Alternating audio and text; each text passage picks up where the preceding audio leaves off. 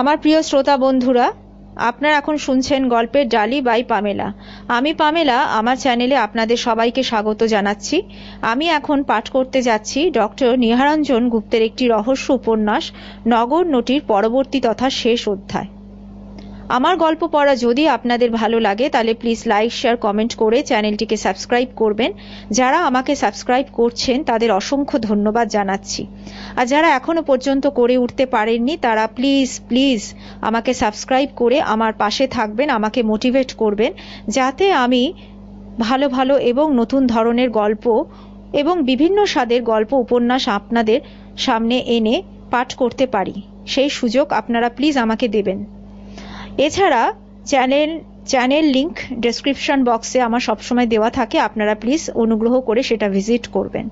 এছাড়া আমি এই উপন্যাসটির আগে 2টো এপিসোড আপলোড করেছি, তো আপনারা যারা সেগুলো শোনেননি প্লিজ সেগুলো শুনে এটি শুনলে আপনাদের শুনতে এবং বুঝতে সুবিধা হবে এবং গল্প পাঠ আপনারা এনজয় করতে পারবেন। তাহলে চলুন আর দেরি করব না, আমরা সরাসরি চলে যাচ্ছি গল্প পাঠের আসরে। আজকের উপন্যাস নগর নটি, অধ্যায় 10। মানদা আর রতন দোতলার বারান্দায় দাঁড়িয়ে ফিসফিস করে কি সব কথাবার্তা বলছিল নিজেদের ভেতরে। ওদের দেখে চুপ করে গেল। কিরিটির ইঙ্গিতে সুশীল মানদাকে বললেন, আচ্ছা শোনো মানদা, এই ভদ্রলোক তোমাকে কটা প্রশ্ন করতে চান, তুমি কিন্তু ঠিক ঠিক জবাব দেবে। মানদা বলল, কেন দেব না বাবু? সত্যি কথা বলতে কি এই মানদা না কাউকে ডরায় না, বুঝলেন বাবু? তেমন বাপে আমারে জন্ম দেয়নি। আচ্ছা শোনো রতন, তুমি নিচে যাও, ডাকলে এসো, সুশীল বললেন। যে আজ্ঞে বাবু, বলে রতন নিচে চলে গেল। কিরিটি প্রশ্ন করল, আচ্ছা মানদা, তোমার মা তো নিজেই ড্রাইভ করতেন নাকি? হ্যাঁ বাবু, মা তো খুব ভালো গাড়ি চালাতে পারত। আচ্ছা, তো তোমার মা প্রায় গাড়ি নিয়ে বেরুতো কি, তাই তো? আগে প্রায় আর কি করে বেরুবে বাবু, বাবু তো আসতেন সেই সন্ধ্যার সময়, রাত 11টা পর্যন্ত উনি থাকতেন, তো তবে যদি কখনো তাড়াতাড়ি চলে যেতেন তো মা গাড়ি নিয়ে বেরুতো, তাছাড়া বাবু বাইরে টাইরে গেলে মা বেরুতো। আচ্ছা, তোমার মা কোথায় যেত তুমি জানো? হ্যাঁ বাবু, শুনেছি কি একটা ক্লাবে যেত, তবে বাবু আমি নাম জানি না। আচ্ছা, কখন ফিরতো? তা বাবু রাত 12:30 তো হবেই। হ্যাঁ, অনেক সময় 1:30টার আগেও ফিরতো না। আচ্ছা, তোমার মা মদ খেত? হ্যাঁ বাবু, খেত বই কি, তবে আমি তাকে খেতে দেখিনি। তা যদি দেখোনি তবে কি করে জানলে যে তোমার মা মদ খেত? কিরিটি জিজ্ঞাসা করলো। আগে বাবু সেটা কি আর জানা যায় না? মাঝে মাঝে ক্লাব থেকে ফিরে এলে আমি যখন দরজা খুলে দিতাম তো মার মুখ থেকে তো বড় বড় করে মদের গন্ধ বেরুতো, তাছাড়া টলতেও দেখেছি আমি মাকে। আচ্ছা, তোমার মা কি সিগারেট খেত? হ্যাঁ বাবু, তবে বেশি কিছু নয়, মাঝে মধ্যে ওই কখনো সখনো একাত্রা আমি খেতে দেখেছি। আচ্ছা, তুমি ডাক্তার সমীর রায়কে চেনো মানদা? হ্যাঁ, এখানে তো বাবু এক ডাক্তার বাবু আসতেন, পেরাই আসতেন, তো নাম আমি জানি না, তবে হ্যাঁ মা তাকে ডাক্তার রায় বলে ডাকতেন। আচ্ছা, তোমার বাবু জানতেন যে ওই ডাক্তার বাবু এখানে আসতেন? তা জানবেন কি করে বাবু, বাবু তো যখন থাকতেন না তখনই তো ডাক্তার বাবু আসতেন। আচ্ছা, তো আরেকজন মারোয়ারি অল্প বয়স্ক ভদ্রলোক, তিনিও তো আসতেন? হ্যাঁ বাবু, ওই আগরওয়ালা বলে একজন আসতেন মাঝে মধ্যে। আচ্ছা, তুমি ডলি দত্তকে চেনো? মানে ওই ফিল্ম অ্যাক্ট্রেস, ওই ছবি টবি করে। হ্যাঁ বাবু, সেও তো আসতো এখানে, ওই ডাক্তারবাবুর সাথেই আসতে দেখেছি। আচ্ছা, যে রাতে তোমার মা খুন হয় সে রাতে তো তোমার বাবু আর দীপ্তেন বাবু দুজনে এই বাড়িতে এসেছিলেন কি, তাই তো? হ্যাঁ বাবু, আগে তো দীপ্তেন বাবু, তাই নিয়ে তো বাবুর সঙ্গে বেশ রাগারাগি কটাকটি হলো মার, তো বাবু বলেছিলেন মাকে খুন করবেন। তোমার বাবু যখন শাসাচ্ছিল ওকে তো তুমি কোথায় ছিলে? আজ্ঞে বাবু, আমি দরজার বাইরে ছিলাম। মানে তুমি আড়ি পেতে ওদের কথা শুনছিলে? হ্যাঁ বাবু, বাবু যে বলেছিল মায়ের ওপরে সর্বদা নজর রাখতে। আচ্ছা, তাহলে এ বাড়িতে যেটা হতো তুমি সমস্ত কথাই তোমার বাবুকে বলতে কি, তাই তো? তা বলবো না কেন বাবু, বাবু তো ওই জন্যেই আমাকে এখানে রেখেছিলেন। আচ্ছা, তোমার বাবু তাহলে তোমার মাকে সন্দেহ করতেন? তা সন্দেহের মতো কাজ করলে বাবু সন্দেহ করবে না লোকে? তা তো করবেই। তা বটে। আচ্ছা মানদা, তুমি কোন ঘরে থাকো? আগে বাবু নিচের একটা ঘরে। আচ্ছা, যে রাতে তোমার মা খুন হয় সে রাতে রাত 10টা থেকে 12টা পর্যন্ত তুমি কি করছিলে সেটা নিশ্চয়ই তোমার মনে আছে।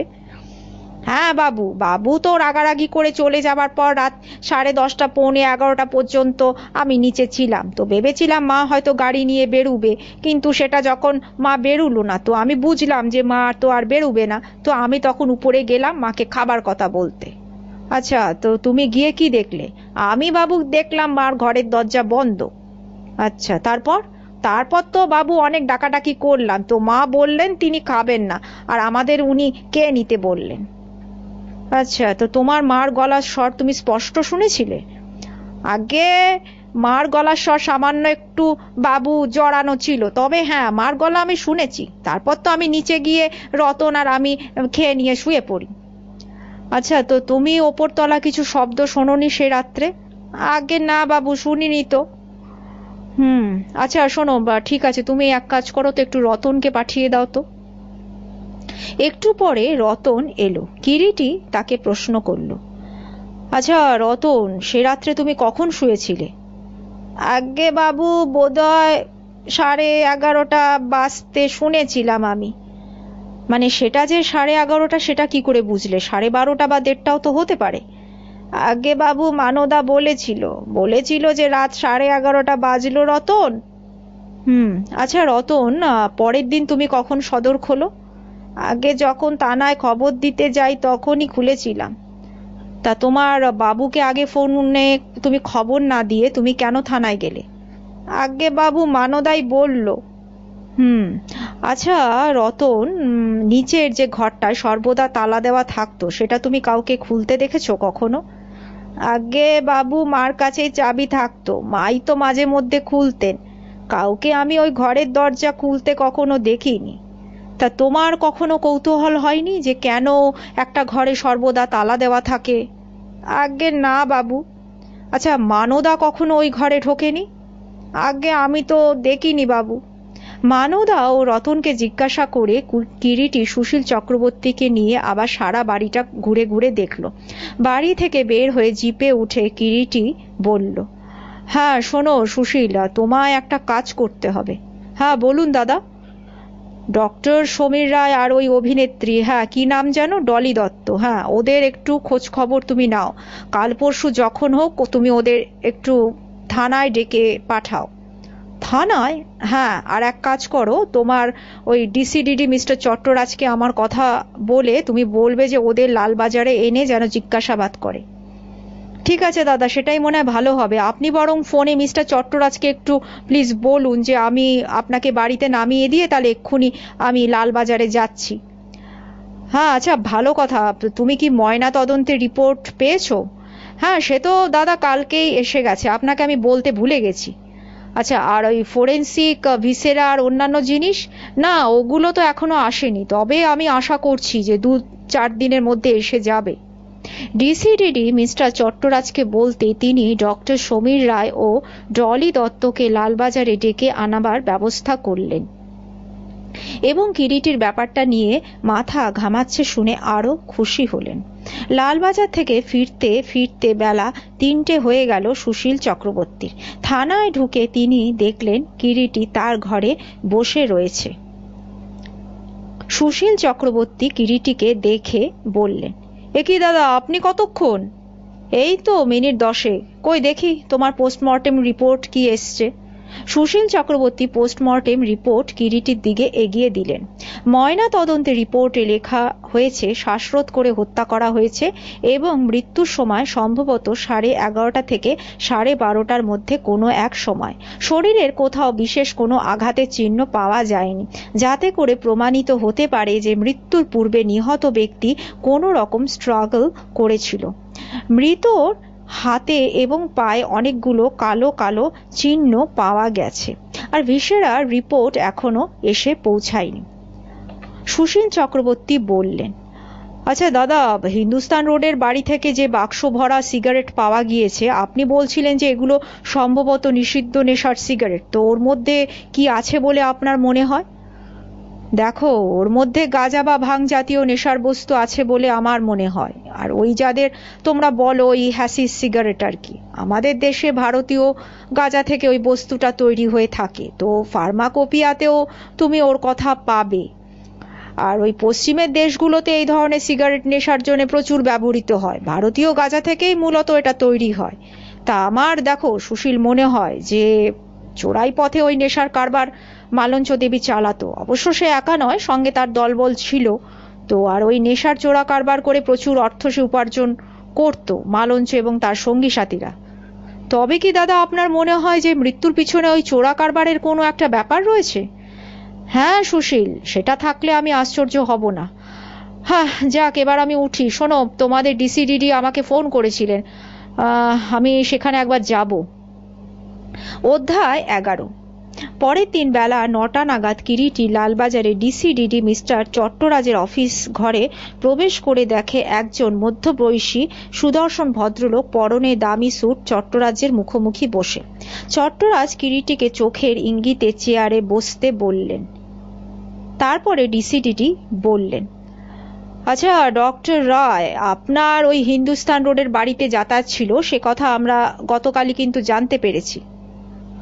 যাতায়াত ছিল বললে আপনি কি মানে বোঝাতে চাইছেন স্যার? মানে আমি বোঝাতে চাইছি যে আপনি প্রায় ওখানে যেতেন। হ্যাঁ যেতাম, মালঞ্চ দেবী আমার পেশেন্ট ছিলেন। I see. তা রোগটা কি ছিল ওনার ডক্টর রায়?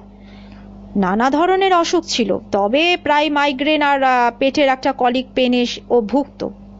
হঠাৎ এই সময় কিরিটি প্রশ্ন করল।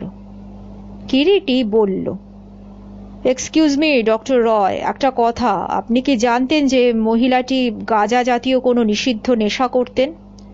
না, আমি তো সেটা জানি না। মালঞ্চ দেবী কখনো আপনাকে সেটা বলেনি? না। আচ্ছা, আপনি সাধারণত রাত্রের দিকে যেতেন আমি শুনেছি। বাজে কথা, যখন দরকার পড়তো আমি তখনই যেতাম। আমরা ডাক্তার, কল এলে তো আমাদের যেতেই হবে। আচ্ছা, তার মানে আপনি ডাক্তার হিসাবেই যেতেন, তবে আপনাকে দরকারটা বেশিরভাগ রাত্রের দিকেই হতো, কি বলেন? আমি বললাম তো, যখন দরকার হতো আমি তখনই যেতাম।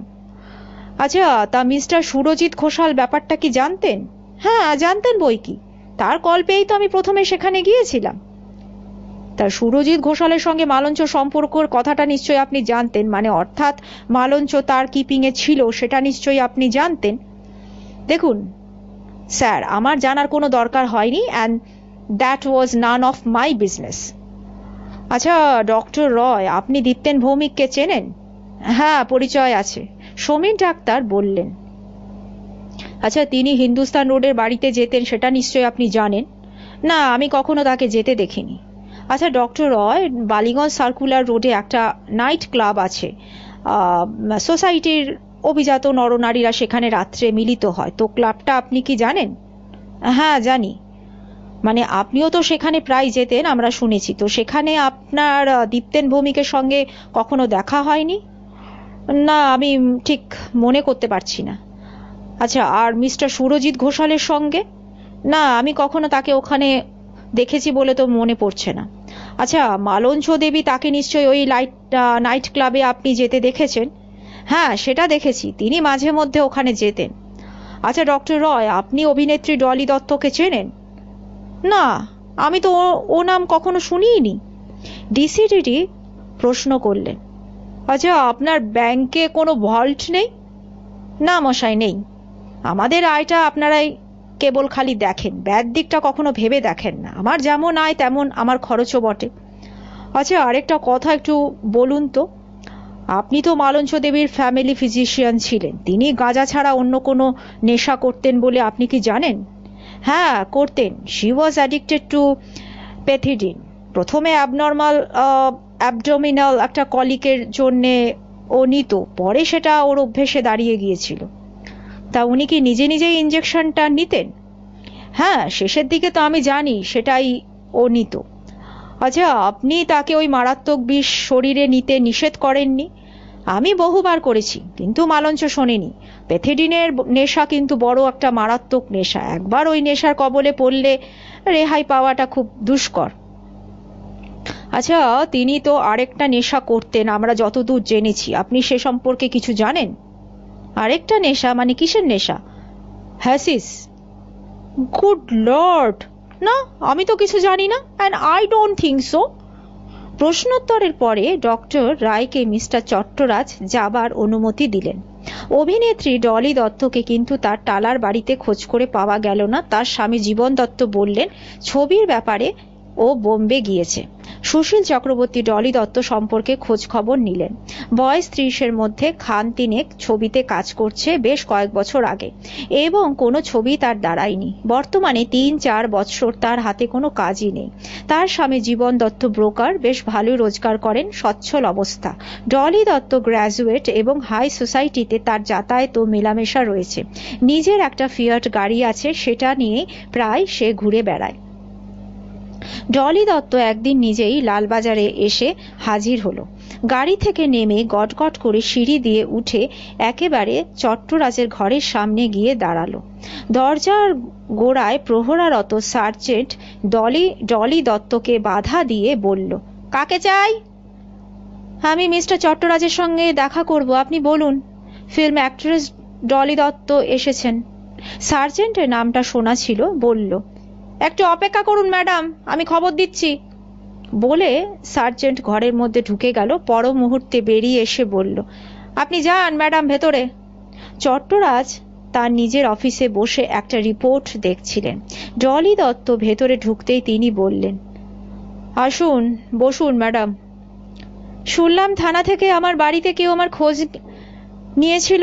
আমি কলকাতায় ছিলাম না। ডলি দত্ত বলল। চট্টরাজ চেয়েছিলেন ডলি দত্তের দিকে। বয়স যাই হোক, দেখতে 27-28-এর বেশি মনে হয় না। স্লিম ফিগার, বগল কাটা, বুক খোলা ব্লাউজ গায়ে, পরনে একটা ডিপ ব্লু রঙের দামি জর্জেট শাড়ি, গলায় একটা সরু সোনার চেন, দু কানে দুটো হীরের ফুল, হাতে কিছু নেই, ডান হাতে একটা ছোট দামি সোনার ঘড়ি, মাথার চুল ছোট করে ছাটা, শ্যাম্পু করা। ডলি দত্ত চেয়ারটা টেনে নিয়ে বসতে বসতে বলল, তা আমাকে হঠাৎ আপনাদের কি প্রয়োজন হলো বলুন তো? আপনি নিশ্চয় সংবাদ পেয়েছেন যে হিন্দুস্তান রোডের মালঞ্চ দেবীকে হত্যা করা হয়েছে। হ্যাঁ, আমি নিউজ পেপারে পড়েছি। আমরা শুনেছি যে আপনি ওনার একজন ঘনিষ্ঠ বান্ধবী ছিলেন। বান্ধবী? Not at all. সামান্য পরিচয় ছিল আমাদের মধ্যে। আমার একজন অ্যাডমায়ারার উনি ছিলেন, তো একটা ফাংশনে আলাপ হয়েছিল ওনার সাথে। আচ্ছা, আপনি প্রায় হিন্দুস্তান রোডের বাড়িতে যেতেন? দেখুন ইন্সপেক্টর, প্রায় নয়, আমি বার দুয়ে গেছি ওখানে। আচ্ছা, বালিগঞ্জ সার্কুলার রোডের নাইট ক্লাব দ্য রিট্রিটে আপনার শুনেছি যাতায়াত রয়েছে, তো মালঞ্চ দেবীকে আপনি সেখানে দেখেছেন? হ্যাঁ, আমি দেখেছি। আচ্ছা, ডক্টর সমীর রায়কে আপনি চেনেন? মানে এই শহরের একজন নামকরা ফিজিশিয়ান। হ্যাঁ, আমি নাম শুনেছি, কিন্তু আমার পরিচয় নেই। কিন্তু ডক্টর রয় বলেছেন যে সেই নাইট ক্লাবে তার সঙ্গে আপনার পরিচয় হয়, মানে আপনারা উভয়ের পরিচিত, এবং আপনি প্রায় ডক্টর রয়ের সঙ্গে মালঞ্চ দেবীর হিন্দুস্তান রোডের বাড়িতে যেতেন। ডক্টর রয় বলেছেন এই কথা? হ্যাঁ, নচেত আমরা কি করে জানবো বলুন? All bogus. দু একদিন সামান্য একটু কথাবার্তা বলে যদি যথেষ্ট পরিচয় হয়, তাহলে তো যাদের সঙ্গে কখনো 2-4টে কথাবার্তা বলেছি তারা সকলেই আমার যথেষ্ট পরিচিত। আচ্ছা, আপনি লেক রোডের দীপ্তেন ভৌমিককে চেনেন? হ্যাঁ, আমার সঙ্গে সামান্য পরিচয় রয়েছে। তার সঙ্গে তার গাড়িতে মাঝে মধ্যে আপনি বালিগঞ্জ সার্কুলার রোডের নাইট ক্লাবে যেতেন আমরা জানতে পেরেছি। দেখুন ইন্সপেক্টর, মাঝে মধ্যে নয়, আমি বার দুয়েক গেছি। And you stayed there till midnight, কথাটা কি সত্যি? তা মাঝে মধ্যে একটু বেশি সময় থাকতাম বই কি। আচ্ছা, গতকাল ইভিনিং ফ্লাইটে বম্বে থেকে ফিরে এয়ারপোর্ট থেকে সোজা ট্যাক্সি করে আপনি তার ফ্ল্যাটে গিয়েছিলেন? ডলি দত্তর মুখের দিকে তাকিয়ে মিস্টার চট্টরাজের মনে হলো হঠাৎ যেন ডলি দত্ত একটু বিব্রত বোধ করছে। ডলি দত্ত কোনো জবাব দিল না, চুপ করে থাকে। কি ভাবছেন আপনি মিসেস দত্ত? সংবাদটা তাহলে মিথ্যে নয়? হ্যাঁ, গিয়েছিলাম। মানে নিশ্চয়ই কোনো জরুরি ব্যাপার ছিল, নচেত বাড়িতে না গিয়ে এয়ারপোর্টে থেকে সোজা একেবারে তার লেক রোডের ফ্ল্যাটে আপনি কেন চলে গেলেন? আসলে আমার একটু কাজ ছিল, মানে তার এক বন্ধু বম্বে থেকে একটা প্যাকেট তাকে পৌঁছে দিতে বলেছিলেন, তো জরুরি, তাই আমি সোজা সেখানেই গিয়েছিলাম। মানে জরুরি প্যাকেট? তা কি ছিল ওর মধ্যে আপনি জানেন? না, আমি সেটা কি করে জানবো? কিন্তু মিসেস দত্ত, আমি বোধহয় অনুমান করতে পারছি প্যাকেটের মধ্যে ছিল নিষিদ্ধ নেশার বস্তু, হ্যাসিস সিগারেট। হো ক্রিস্ট, আপনি কি বলছেন? Mrs Dutta, if I am not রং, কথাটা আপনি নিশ্চয়ই জানতেন। না, নিশ্চয়ই না, আমি কখনো এটা জানতাম না। আপনি জানতেন মিসেস দত্ত, আপনি জানতেন। আর আপনি বম্বে গিয়েছিলেন কোনো ফিল্মের কন্ট্রাক্টের ব্যাপারে নয়, ওই প্যাকেটটাই নিয়ে আসতে। হোয়াট ডু ইউ মিন?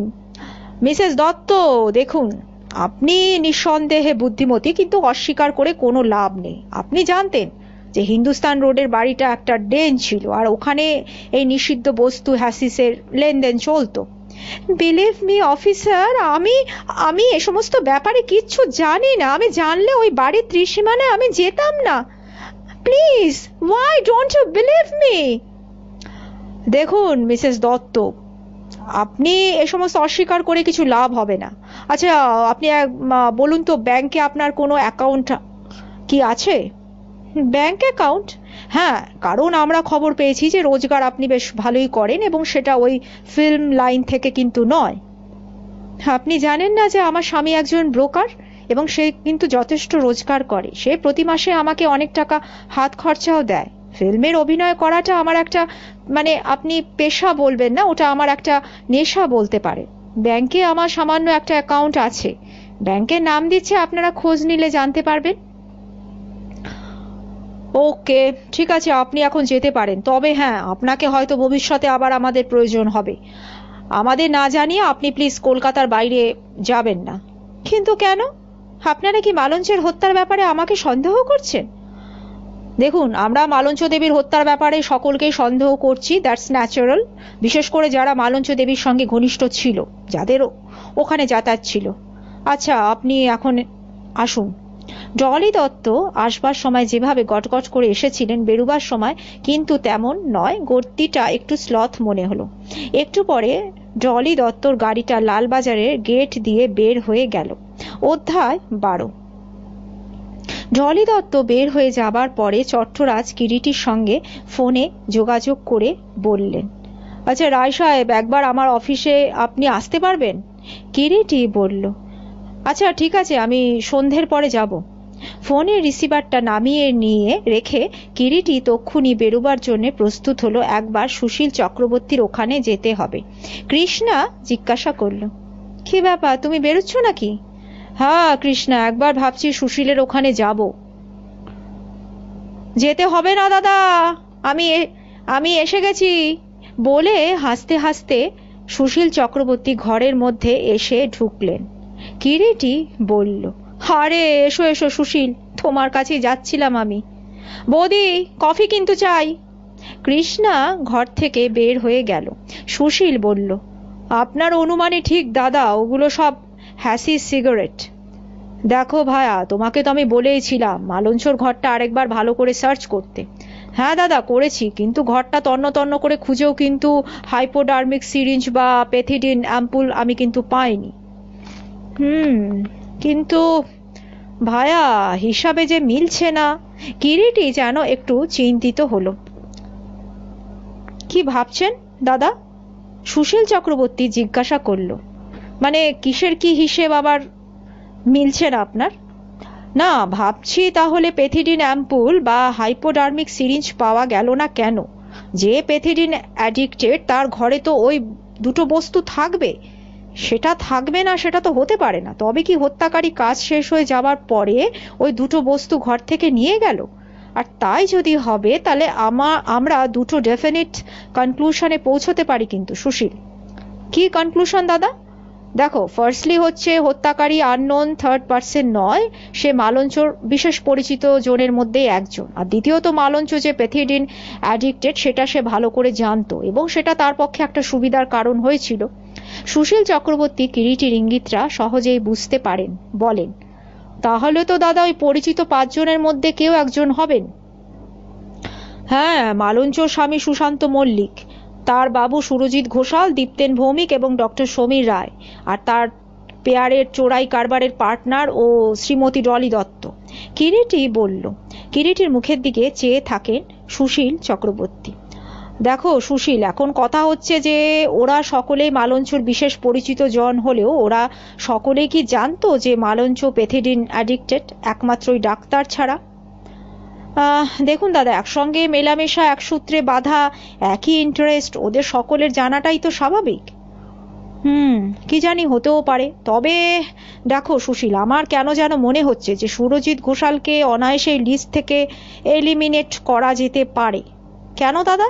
দেখো, হাজার হলেও মালঞ্চ সুরজিৎ ঘোষালের কিপিংয়ে ছিল, সেক্ষেত্রে সে নিশ্চয়ই সুরজিৎ ঘোষালকে ব্যাপারটা জানতে দেবে না। বিশেষ করে সুরজিৎ ঘোষাল সম্পর্কে খোঁজ নিয়ে যেটা জানা গেছে যে মদ তো দূরের কথা, ভদ্রলোক স্মোক পর্যন্ত করেন না। তো মালঞ্চ সম্পর্কে তার চরিত্রের ওই বিশেষ দুর্বলতা ছাড়া সত্যি তিনি একজন যাকে বলে জেন্টলম্যান। তো আজকের সো কল সোসাইটির কোনো ভয়েস তার ছিল না, সেদিক দিয়ে বাকি চারজন তোমার সন্দেহের তালিকাভুক্ত। কিন্তু তাহলে দাদা, ওই চারজনের মধ্যে কাকে আপনি ধরছেন? দেখো সুশীল, মাকড়সার জালে 4-5টা বিষাক্ত মাকড়সা কিন্তু বিচরণ করছে, এবং ওই প্রত্যেকটা মাকড়সার ক্ষেত্রে মালঞ্চকে হত্যা করা যথেষ্ট মোটিভ কিন্তু থাকতে পারে। কাজেই এই মুহূর্তে ওদের চারজনের মধ্যে বিশেষভাবে একজনকে চিহ্নিত করা ঠিক আমার মনে হয় না যুক্তিযুক্ত হবে। প্রত্যক্ষ বা পরোক্ষ প্রমাণ, ধরো সার্কামস্ট্যান্সিয়াল এভিডেন্স যাকে বলে, তার দ্বারা একমাত্র ওদের একজনকে বিশেষভাবে চিহ্নিত করা চলতে পারে, অন্য কাউকে নয়। একমাত্র ওদের যাই হোক, অবশ্য বোঝা যাচ্ছে যে ওরা সকলেই একটা চোরা কারবার চালাতো এবং প্রত্যেকেই ওই হিন্দুস্তান রোডের বাড়িতে যাতায়াত করত, এবং ওটাই ছিল একটা ধরো মিটিং প্লেস আর ওই নাইট ক্লাব। সেক্ষেত্রে ওদের কেউ একজন হত্যাকারী হওয়া কিন্তু স্বাভাবিক, কিন্তু হত্যাকারী বললেই তো হবে না। আপাত দৃষ্টিতে ওদের প্রত্যেকের মোটিভ থাকলেও ওই সঙ্গে তোমাকে কিন্তু ভাবতে হবে যে ওদের মধ্যে সে রাত্রে কার পক্ষে মালঞ্চকে হত্যা করা সবচেয়ে বেশি সম্ভব ছিল, অর্থাৎ প্রবাবিলিটির দিক থেকে কার উপর বেশি সন্দেহ পড়া চলে, তার উপর বেস করে তুমি যদি ধরো এগুতে পারো, তাহলে তুমি দেখবে যে হত্যা রহস্যের কাছাকাছি তুমি পৌঁছে গেছো। পরের দিন সুশীল চক্রবর্তী সকাল 8টা নাগাদ লেক রোডে দীপ্তেন ভৌমিকের ফ্ল্যাটে গিয়ে হাজির হলেন। দিনটা ছিল রবিবার। লিফটে করে উপরে উঠে ফ্ল্যাটের কলিং বেল এর বোতাম টিপতে দরজা খুলে গেল।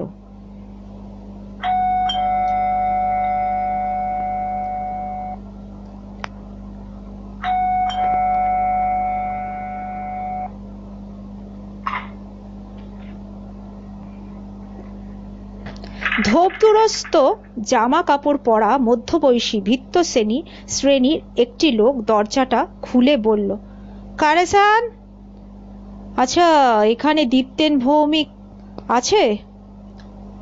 হ্যাঁ, কি নাম বলবো সাহেব রে?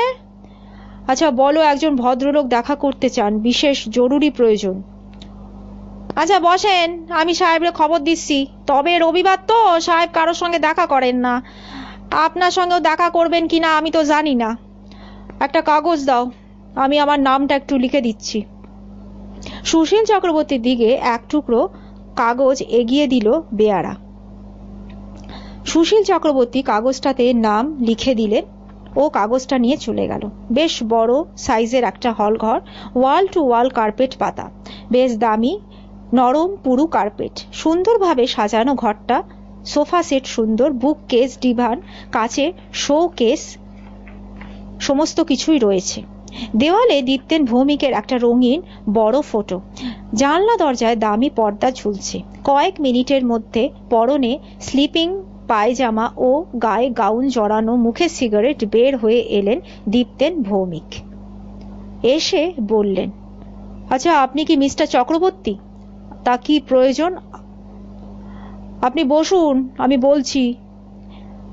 দেখুন মিস্টার চক্রবর্তী, একটু তাড়াতাড়ি প্লিজ সারতে হবে, আমাকে এক্ষুনি বেরোতে হবে। আচ্ছা শুনুন মিস্টার, হিন্দুস্তান রোডের মার্ডার কেসটার ব্যাপারে আপনাকে পুলিশের তরফ থেকে কিন্তু কিছু জিজ্ঞাসা রয়েছে। আচ্ছা বলুন, কি জিজ্ঞাসা করবেন? আপনার সঙ্গে তো মালঞ্চ দেবীর বেশ একটা হৃদ্যতা ছিল। দেখুন ইন্সপেক্টর, হৃদ্যতা নয়, তবে হ্যাঁ আমি ওকে চিনতাম, কিন্তু আমরা জেনেছি যে আপনি প্রায় হিন্দুস্তান রোডের বাড়িতে যেতেন। না ইন্সপেক্টর, প্রায় নয়, আমি কখনো সখনো যেতাম। ঘনিষ্ঠতা ছিল বলে সেখানে আপনি যেতেন, সেটা কিন্তু আমরা জেনেছি মিস্টার ভৌমিক। কাজে আপনি অস্বীকার করবেন না। শুধু সেখানে নয়, দ্য রিট্রিট নাইট ক্লাবেও আপনি মালঞ্চ দেবীর সঙ্গে যেতেন। হ্যাঁ মিস্টার ভৌমিক, বিভিন্ন সোর্স থেকে আমরা যথাসম্ভব খবরাখবর সংগ্রহ করেই কিন্তু আপনার কাছে এসেছি আমি। অতএব আপনি বুঝতেই পারছেন, অস্বীকার করে কোনো লাভ হবে না। সুশীল চক্রবর্তী স্পষ্ট কথায় ও গলার স্বরে মনে হলো দীপ্তেন ভৌমিক যেন একটু থমকেই গেছে। হঠাৎ শয়নঘরের দরজা খুলে গেল। অভিনেত্রী ডলি দত্ত ঘর থেকে বের হয়ে এলো। ডলি দত্তের সঙ্গে পূর্বেই কথাবার্তা হয়েছিল সুশীল চক্রবর্তী, তাই ডলি দত্ত সুশীল চক্রবর্তীকে দেখে যেন একটু থমকে দাঁড়ালো, কিন্তু পর মুহূর্তে নিজেকে সামলে নিয়ে দীপ্তেনের দিকে তাকিয়ে বলল, আচ্ছা দীপ্তেন, আমি যাচ্ছি। হ্যাঁ এসো, মৃদু কণ্ঠে দীপ্তেন বলল। ঘরের মধ্যে একটা বিদেশি সেন্টে সৌরভ ছড়িয়ে দিয়ে ডলি দত্ত বের হয়ে গেল। দীপ্তেন বলল, আচ্ছা বেশ, না হয় স্বীকার করলাম যে ছিল, তাতে কি হয়েছে? সুরজিৎ ঘোষাল নিশ্চয়ই সেটা পছন্দ করতেন না, সেটাও নিশ্চয়ই আপনার অজানা ছিল না, কি বলেন? Don't talk about that old fool. কিন্তু সুরজিৎ ঘোষালেরই রক্ষিতা ছিলেন মালঞ্চ দেবী। আপনারও মালঞ্চ দেবীর সঙ্গে ঘনিষ্ঠতা, বিশেষ করে তার অবর্তমানে সুরজিৎ ঘোষালের কিন্তু না পছন্দ হওয়াটারই কথা। সেটাই তো স্বাভাবিক, নাকি? দেখুন মিস্টার চক্রবর্তী, আপনি ও সমস্ত কথা প্লিজ ছাড়ুন। আমার কাছে আপনি কি জানতে চাইছেন সেটা বলুন। দেখুন, যে রাত্রে দুর্ঘটনাটা ঘটে সে রাত্রে আপনি মালঞ্চ দেবীর বাড়ি গিয়েছিলেন, কি তাই তো? হ্যাঁ, সে তো আমি আগেই বলেছি। হ্যাঁ, আপনি বলেছেন, এবং আপনি এটাও বলেছেন যে সদর দিয়ে আপনি বের হয়ে এসেছিলেন। হ্যাঁ, এখনো তো আমি সেটাই বলছি, আমি বের হয়ে সোজা ট্রেন ধরি। না মিস্টার ভৌমিক, সে রাত্রে আপনি তখন কলকাতা ছেড়ে কিন্তু যাননি। সে রাত্রে আবার আপনি হিন্দুস্তান রোডের বাড়িতে এসেছিলেন ফিরে। I mean second time. What nonsense! কি সমস্ত আবোল তাবোল আপনি বকছেন মিস্টার চক্রবর্তী? দেখুন মিস্টার ভৌমিক, হাতে যথেষ্ট প্রমাণ না পেয়ে আপনাকে কিন্তু আমি কথাটা বলছি না। আপনাকে আর ডলি দত্তকে সেই রাত্রে 12টা নাগাদ নাইট ক্লাব দ্য রিট্রিটে ড্রিঙ্ক করতে দেখা গেছে। এটা হতেই পারে না। বললাম তো, আমাদের হাতে প্রমাণ আছে। এবার আপনি বলুন তো মিস্টার ভৌমিক, সেদিন সন্ধ্যা রাত্রে মালঞ্চ দেবীর হিন্দুস্তান রোডের বাড়ি থেকে বের হয়ে ওই নাইট ক্লাবে যাবার আগে পর্যন্ত আপনি কোথায় ছিলেন? আপনি কি করছিলেন? আমি নাইট শোতে একটা সিনেমা দেখতে গিয়েছিলাম। তাহলে সে রাত্রে আপনি কলকাতা ছেড়ে যাননি, এটা আপনি স্বীকার করছেন তো? হ্যাঁ, আমি কলকাতাতেই ছিলাম। আপনি সেকেন্ড টাইম আবার হিন্দুস্তান রোডের বাড়িতে গিয়েছিলেন, তা বলুন তো কেন? আসলে আমার একটু দরকার ছিল। তা আপনার কি দরকার পড়লো যে আপনি সেকেন্ড টাইম সেখানে গেলেন মিস্টার ভৌমিক? সেটা আমার পার্সোনাল ব্যাপার, মানে আমার ব্যক্তিগত ব্যাপার। তা কখন গিয়েছিলেন, মানে রাত্রি তখন কটা? যদিও একটু আগে আপনি বললেন যে আপনি সিনেমায় গিয়েছিলেন। আসলে বই দেখতে আমার ভালো লাগছিল না, তাই ইন্টারভ্যালের আগে আমি বের হয়ে আসি সিনেমা হাউস থেকে। আচ্ছা, তো ট্যাক্সিতে আপনি বোধহয় গিয়েছিলেন? হ্যাঁ। তা রাত তখন কটা হবে? এই ধরুন 11:15 হবে, মানে আমি ঠিক সময় দেখিনি। আচ্ছা, মানদা বা রতন কেউ দ্বিতীয়বার আপনাকে সেখানে যেতে দেখেনি, তাহলে ধরতেই হয় যে আপনি নিশ্চয়ই ম্যাথরদের যাতায়াতের জন্য পিছনে সিঁড়িটা ব্যবহার করেছিলেন, কি তাই তো? হ্যাঁ। আচ্ছা, তাহলে বলা যায় যে ওই দরজা দিয়ে আপনি মাঝে মধ্যে মালঞ্চ দেবীর কাছে যেতেন, কি তাই তো? হ্যাঁ, যেতাম। তো আপনি ঘরে ঢুকে কি দেখলেন, মানে মালঞ্চ দেবী সেই সময় কি করছিলেন? ঘরের দরজা বন্ধ করে চুপচাপ একটা সোফায় ও বসেছিল। তারপর 10 মিনিটের মধ্যে আমি আমার কাজ সেরে চলে আসি, মানে পরে সেখান থেকে আমি নাইট ক্লাবে গেলাম। তার মানে মালঞ্চ দেবী তখন জীবিত ছিলেন? হ্যাঁ। আচ্ছা, মালঞ্চ দেবী যে একজন স্মাগলার ছিলেন আপনি সেটা জানেন? স্মাগলার? আপনি কি বলছেন ইন্সপেক্টর? কই না তো, ইম্পসিবল। হ্যাঁ মিস্টার ভৌমিক, হ্যাসিসের চোরা কারবার তার ছিল। আপনি জানতেন না এটাই বলতে চান তো? আপনি বিশ্বাস করুন ইন্সপেক্টর, আমি কিছুই জানি না। I never knew that she was a smuggler. আচ্ছা, তিনি কি প্যাথেডিন অ্যাডিক্টেড ছিলেন নাকি সেটাও আপনি জানেন না? না তো। বাহ, তার সঙ্গে এতদিন ধরে আপনি ঘনিষ্ঠতা করলেন, আর দুটো সংবাদ আপনার কাছে অবেদিত ছিল না মিস্টার ভৌমিক? আপনি জানেন না? এটা মানে বিশ্বাসযোগ্য কথা হলো? এটা আমাকে বিশ্বাস করতে হবে? আপনি জানতেন জানতেন কিন্তু আপনি সেটা এখন স্বীকার করছেন না। ঠিক আছে, আপনি ডক্টর সমীর রায়কে নিশ্চয়ই চেনেন। হ্যাঁ, চিনি। তো তার সঙ্গে মালঞ্চ দেবীর যথেষ্ট ঘনিষ্ঠতা ছিল কি, তাই তো? আসলে ডক্টর রায় ওর ফ্যামিলি ফিজিশিয়ান ছিলেন, আমি এটুকুনি জানি। আমি এর বেশি কিছু বলতে পারবো না। আচ্ছা, আপনি কি ব্র্যান্ডের সিগারেট খান? কেন বলুন তো? দেখি আপনার সিগারেট কেসটা। দীপ্তেন ভৌমিক নাইট গাউনের পকেট থেকে একটা দামি সিগারেট কেস বের করে দিলেন সুশীল চক্রবর্তীর হাতে। কেসটা খুলে দেখলেন সুশীল চক্রবর্তী স্মাগল করা সিগারেট স্টেট এক্সপ্রেস 555 এবং আরও একটা ব্যাপার নজরে পড়ল। ভিতরের দিকে ডালার গায়ে এনগ্রেভ করে লেখা টু দীপ্তেন মালা। সিগারেট কেসটা ফেরত দিতে দিতে সুশীল চক্রবর্তী বললেন, এই মালাটি কে দীপ্তেন বাবু? Which she? এটা আমার একান্তই ব্যক্তিগত ব্যাপার মিস্টার চক্রবর্তী। আচ্ছা, আপনার সোনার সিগারেট কেস ছিল তো কখনো? না তো। আচ্ছা, আপনার পরিচিত জনদের মধ্যে কারো ছিল? আপনার কি মনে পড়ছে? ডক্টর রায়ের কাছে একটা সোনার সিগারেট কেস আমি দেখেছি বলে মনে হচ্ছে। তো তিনি কি ব্র্যান্ড খেতেন আপনি জানেন?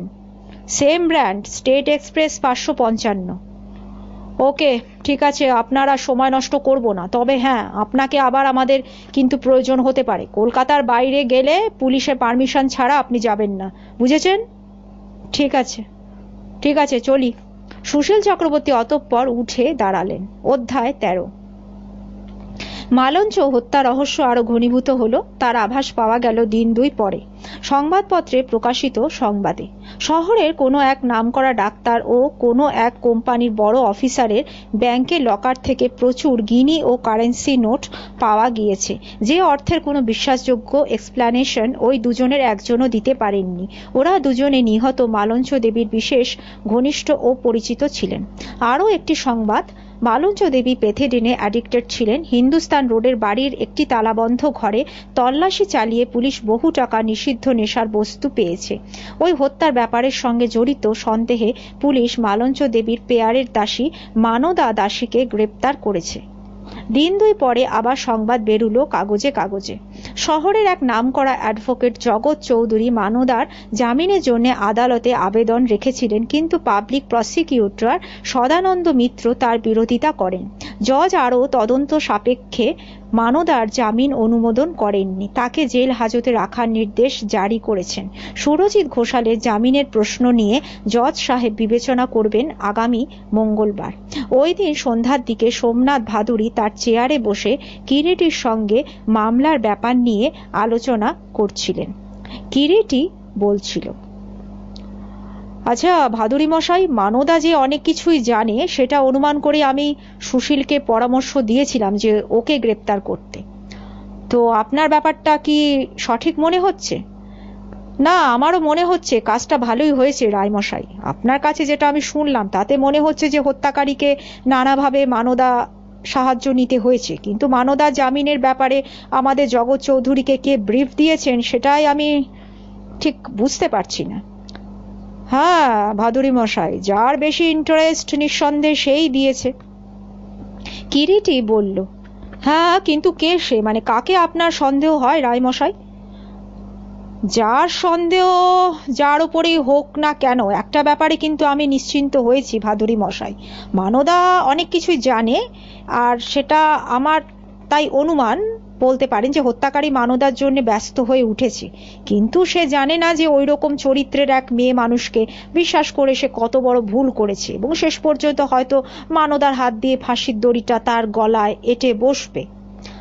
তার মানে রায়মশাই, আপনি তো একটু আগে বলছিলেন যে সুশান্ত মল্লিক নাকি ওই মানদা সম্পর্কে বলেছিল যে she is a dangerous women. হ্যাঁ বলেছিল, কিন্তু ইউ কান্ট কাউন্ট মাচ আপন হিম। একটা মেরুদণ্ডহীন মাতাল নিজের স্ত্রীকে অন্যের রক্ষিতা জেনেও তারই আশ্রয় পড়ে থাকে, তার কাছে হাত পেতে নেশার টাকা সংগ্রহ করে, তাই তাকে বোধহয় পুরোপুরি বিশ্বাস করা যায় না। আচ্ছা রায়মশাই, ওই অ্যাক্ট্রেসকে মানে ডলি দত্তকে আপনার কিরকম মনে হয়? দেখুন ভাদুড়ী মশাই, গোলমালটা হয়তো সেখানেও থাকতে পারে, এখন থেকে কিছুই বলা যায় না।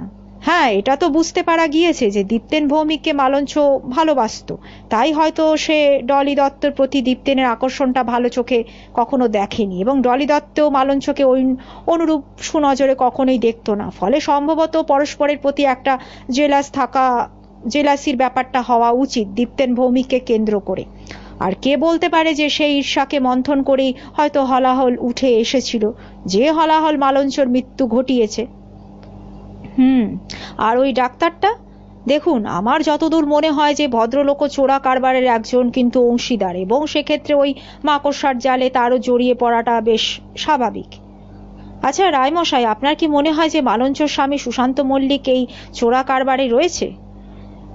অংশীদার সে হয়তো ওই চোরা কারবারে ছিল না, আবার না থাকাটাও কিছু অসম্ভব নয়। কিন্তু কেন? দেখুন, আর যাই করুক না কেন, মালঞ্চ মানে ওই আশ্রিত বা পোষ্য স্বামীকে তার চোরা কারবারের মধ্যে নেবে সেটা হয়তো সম্ভব নয়। তবে একই বাড়িতে যখন ছিল, লোকটার পক্ষে সমস্ত ব্যাপার অনুমান করা কিছুমাত্র অসম্ভব নয় বলেই আমার মনে হয়। আচ্ছা রায়মশাই, আপনার কি মনে হয় যে আপনার ক্লায়েন্ট সুরজিৎ ঘোষাল ওই চোরা কারবারের মধ্যে ছিল? না, মনে হয় না চোরা কারবারের সঙ্গে তার কোনো যোগাযোগ ছিল। তবে জোর করে দেখুন ভাদুরী মশাই, এই মুহূর্তে কিছুই বলা কিন্তু চলে না। হ্যাঁ, বাঁচালেন আপনি আমায়, আমারও সেটাই ধারণা রায়মশাই। কিরিটি মৃদু হেসে বলল, দেখুন ভাদুরী মশাই, মালঞ্চর মৃত্যুর কারণ দুটো হতে পারে, হয় ঈর্ষার হলাহল, নতুবা চোরা কারবারের বিস্ময় পরিণাম। ভাদুরী বললেন, হ্যাঁ সত্যি রায়মশাই, আজকের সমাজের মানুষগুলো যে কিভাবে বদলে যাচ্ছে দিনকে দিন, মানে তাদের তো কোনো মরাল বা কোনো নীতিই নেই। কোথা থেকে থাকবে ভাদুরী মশাই, আজকের জীবনযাত্রা এমন একটা পর্যায়ে এসে গেছে যেখানে কেবল খালি ছুটবার নেশা, খালি টাকা রোজগার করে যাও, মদ, মেয়ে মানুষ, ঘোড়া দৌড়, রেসের বাজার, চোরা কারবার, কালো টাকা জমানো, এই সমস্তই তো চলছে এখন। কিন্তু মালঞ্চ মেয়েটির দিকে আপনি তাকিয়ে দেখুন, স্বামী থাকতে সে একজনের রক্ষিতা হয়েছিল, কিন্তু হতভাগিনী জানতো না যে লালসাটাকেই বাড়িয়ে তোলে, তার মধ্যে কোনো তৃপ্তি নেই, আছে এক ধরনের অস্থিরতা। বলে কিরিটি উঠে দাঁড়ালো, আবার বলল, আচ্ছা চলি ভাদুরী মশাই, অনেক রাত হলো। লেক রোডে দীপ্তেনের ফ্ল্যাটে তার শোবার ঘরে মুখোমুখি বসেছিল দীপ্তেন আর ডলি দত্ত। তারা জানতো না যে তারা যা কিছু বলছে তাদের সমস্ত কথা অদৃশ্য শক্তিশালী মাইক্রোফোনের সাহায্যে টেপ হয়ে যাচ্ছে। কিরিটির পরামর্শ মতোই ব্যবস্থাটা ডিসিডিডি চট্টরাজ করেছিলেন দীপ্তেনের গৃহভৃত্য বামাপদকে হাত করে। দীপ্তেনের গৃহভৃত্য বামাপদকে পুলিশের হাত করতে খুব একটা কষ্ট হয়নি। বামাপদ বৎসর খানেক হলো দীপ্তেনের কাছে কাজ করছে, বয়স অল্প, বছর 32-33 হবে, কালো মতো রোগা চেহারা, কিন্তু বোঝা যায় বেশ চালাক চতুর। সুশীল চক্রবর্তীর কথায় সেটা বুঝতে পেরে কিরিটি বামাপদকে পুলিশের দলে টানতে পেরেছিল। ব্যাচেলার মানুষ দীপ্তেন, বামাপদ ছিল তার একধারে কুক ও সার্ভেন্ট, আবার কেয়ারটেকারও বটে। বামাপদকে পেয়ে দীপ্তেন বেশ নিশ্চিন্ত ছিল। বামাপদকে আলাদাভাবে জেরা করে সুশীল চক্রবর্তী থানায় নিয়ে এসে অনেক কথায় দীপ্তেন সম্পর্কে জানতে পেরেছিলেন। ডলি দত্ত যে ইদানিং প্রায় প্রতি রাত্রে দীপ্তেনের ফ্ল্যাটে আসে, তারপর মধ্যরাত্রি পর্যন্ত সেখানে কাটিয়ে যায়, সে কথা বামাপদর কাছ থেকে সুশীল চক্রবর্তী প্রথম জানতে পারেন, এবং বামাপদর কাছ থেকে আরও তিনি শোনেন মালঞ্চ দেবী আগে প্রায়ই আসতো দীপ্তেনের ফ্ল্যাটে, তবে ইদানিং কেন যেন সে বড় একটা আসতো না। তারপর একদিন সুশীল চক্রবর্তী দীপ্তেন ভৌমিকের অনুপস্থিতিতে তার ফ্ল্যাটে গিয়ে হাজির হলেন। সুশীল চক্রবর্তী বললেন, শোনো বামাপদ, পুলিশকে যদি তুমি সাহায্য না করো তো পুলিশ তোমাকে গ্রেপ্তার করে কিন্তু চালান দেবে, বুঝতেই পারছো তো। পুলিশ সংবাদ পেয়েছে যে তোমার বাবুর সঙ্গে তুমি চোরা কারবার করো। দোহাই হুজুর, আপনি বিশ্বাস করেন হুজুর, আমি কিছু জানি না হুজুর। দেখো বামাপদ, জানি না বললে তা তোমাকে পুলিশ ছেড়ে কথা বলবে না, না? বামাপদ হাউ হাউ করে কেঁদে উঠে বলল, আপনি বিশ্বাস করেন হুজুর, আমি আমি আমি কিছু জানি না হুজুর, আপনি বিশ্বাস করেন হুজুর। ঠিক আছে, শোনো, তুমি পুলিশকে যদি সাহায্য করো তো আমি তোমাকে বাঁচাবো, তোমার কিচ্ছু হবে না। বলেন হুজুর, কি করতে হইব? আমি আমি সবকিছু করুম আপনার হুকুম মতো। আচ্ছা, তাহলে বেশ, একটা কথা জবাব দাও তো। হ্যাঁ বলেন হুজুর। আচ্ছা, তোমার বাবুর ঘরে একটা মেয়ে আসতো কি, তাই তো? কার কথা বলতেছেন হুজুর? সেই যে ওই, মানে সিনেমায় নামে তো? না, সে নয়, মানে আরেকজন, ওই মালঞ্চ তার নাম। ও, মালা দিদিমণি, হ্যাঁ, কিন্তু তিনি তো অনেকদিন এখানে আর আসেন না বাবু। না, আসবেন কি করে, তিনি তো আর বেঁচে নেই, তাকে খুন করা হয়েছে। খুন? কি বলছেন হুজুর আপনি? হ্যাঁ, তাকে খুন করা হয়েছে। হুজুর, হুজুর আপনারা কি আমার বাবুরে সন্দেহ করছেন? আমি হলফ কইরা বলতে পারি হুজুর, আমার বাবু ওই দিদিমণিকে খুন করেন নাই বাবু।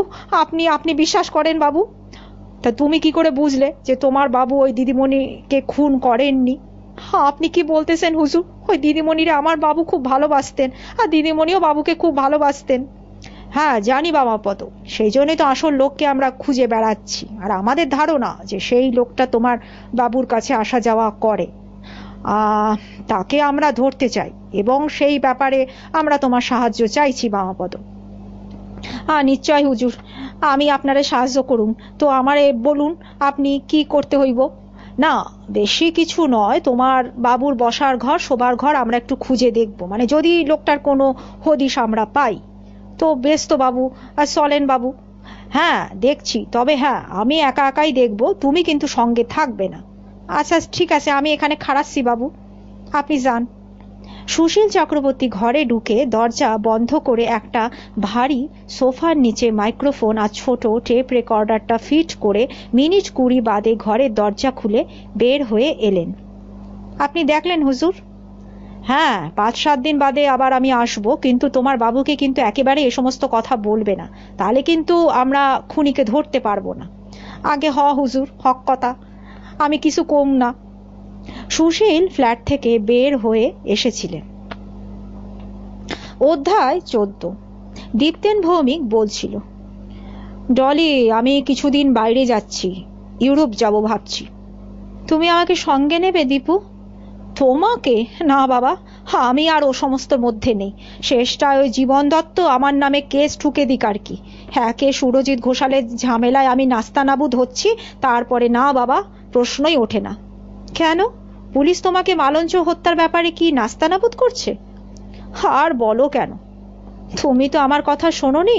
আমি তোমাকে কতবার বলেছি তুমি ওর সঙ্গে অত মিশো না, কিন্তু তুমি আর আমার কথা কি শুনবে? তোমার তো তখন মোহতে পেয়েছিল, তুমি রোজই ওখানে যেতে। কেন? শুধু আমি কেন, তুমিও তো যেতে নাকি? ডক্টর সমীর রায় কি যেতেন না? হ্যাঁ, আমরা তো সকলেই যেতাম, কিন্তু তোমার সঙ্গে মালঞ্চর বেশি ঘনিষ্ঠতা ছিল। দেখো ডলি, বাজে কথা বলো না। Characterless woman. ক্যারেক্টারলেস? তার জন্যই তো তুমি হেদিয়ে মরতে দিপেন। শি ওয়াজ আ ফুল। সে ভাবতো আমি বুঝি ওর প্রেমে পড়ে গেছি, কিন্তু মোটেই তা নয়, আমি ওকে ঘৃণা করতাম। বাজে কথা বলো না তো তুমি। আমি জানি দীপ্তেন। কি জানো তুমি? সে রাত্রে তুমি 2 বার গিয়েছিলে মালঞ্চর ঘরে। তুমি জানো? হ্যাঁ আমি জানি। মনে আছে সে রাতে আমাকে নিয়ে তোমাদের দ্য রিট্রিট ডিনার খাবার কথা ছিল, অথচ রাত 11:15 পর্যন্ত যখন তুমি এলে না। ওকে বাধা দিয়ে দীপ্তেন ভৌমিক আবার বলে উঠল, তুমি বিশ্বাস করো ডলি, আমি একটা বিশেষ কাজে আটকা পড়েছিলাম। সেটা আমি জানি বই কি, কিন্তু সেই বিশেষ কাজে মালঞ্চর বাড়িতে যে তুমি আটকা পড়েছিলে, সেটা ভেবেই আমি মালঞ্চর বাড়ি গিয়েছিলাম। তো তুমি মালঞ্চর বাড়ি গিয়েছিলে? হ্যাঁ আমি গিয়েছিলাম। রাত তখন প্রায় 11:45 হবে। তুমি আমায় দেখোনি, কিন্তু আমি যখন পিছনে ঘোরানো সিঁড়ি দিয়ে বাথরুমের মধ্যে দিয়ে মালঞ্চর ঘরে গিয়ে ঢুকলাম, তখন শি ওয়াজ ডেড। কি বলছো তুমি ডলি? হ্যাঁ, ওর গলায় রুমালের ফাঁস লাগানো ছিল, অ্যান্ড শি ওয়াজ ডেড। আর যে চেয়ারটায় ও বসেছিল তার সামনে অল্প দূরে মালঞ্চ শয্যার উপর তোমার এই সিগারেট কেসটা আমি পেয়েছিলাম। আমি তো দেখেই চিনতে পেরেছি, এই নাম এনগ্রেভ করা সিগারেট কেস। এটা কয়েক বছর আগে আমি তোমাকে তোমার জন্মদিনে প্রেজেন্ট করেছিলাম, তখনই আমি বুঝতে পেরেছিলাম। কি বুঝতে পেরেছিলে তুমি? তুমি কিছুক্ষণ আগে ওখানে ছিলে, রাত 10:30টায় তুমি আমাকে তোমার এই ঘর থেকে ফোন করেছিলে, 0.5 ঘন্টার মধ্যে তুমি ক্লাবে যাচ্ছ, আমি যেন সেখানেই চলে যাই। আমি চলে গিয়েছিলাম, কিন্তু তার আগে রাত্রি 8:30 নাগাদ একবার তোমার বাড়িতে আমি ফোন করে তোমার চাকর বামাপদর কাছ থেকে জেনেছিলাম যে তুমি হিন্দুস্তান রোডে গেছো এবং তুমি বলে গেছো যে তুমি ঘন্টাখানেকের মধ্যেই ফিরবে। কিন্তু ডলি, দাঁড়াও, শোনো দীপ্তেন, আমার কথা এখনো শেষ হয়নি। আমি 11:15 পর্যন্ত ক্লাবে তোমার জন্য অপেক্ষা করে প্রথমে এখানে আমি আসলাম, তো এসে শুনলাম যে 9:30 নাগাদ তুমি এসে আবার বের হয়ে গিয়েছো। তোমার এখান থেকে ট্যাক্সিতে দ্য রিট্রিট মাত্র 15 মিনিট লাগে পৌঁছাতে, কাজেই ক্লাবে গেলে তোমার ইতিমধ্যে সেখানে পৌঁছে যাওয়া উচিত ছিল। আসলে আমার অন্য একটা জায়গায় কাজ ছিল, তাই সে কাজ তোমার মালঞ্চর ওখানেই ছিল। সেই সন্দেহ হয় আমি গাড়ি নিয়ে ওখানে গেলাম। একটু দূরে গাড়িটা পার্ক করে পিছনের ঘোরানো সিঁড়ি দিয়ে আমি মালঞ্চর ঘরে যাই। তো এখন তুমি বুঝতে পারছো নিশ্চয়ই, তুমি যে সে রাত্রে দুবার মালঞ্চর ঘরে গিয়েছিলে সেটা আমি কি করে বুঝেছি। কিন্তু তুমি বিশ্বাস করো ডলি, আমি মালঞ্চকে খুন করিনি। হ্যাঁ, কিন্তু তোমার ওই সিগারেট কেসটা ওখানে কি করে গেল দীপ্তেন?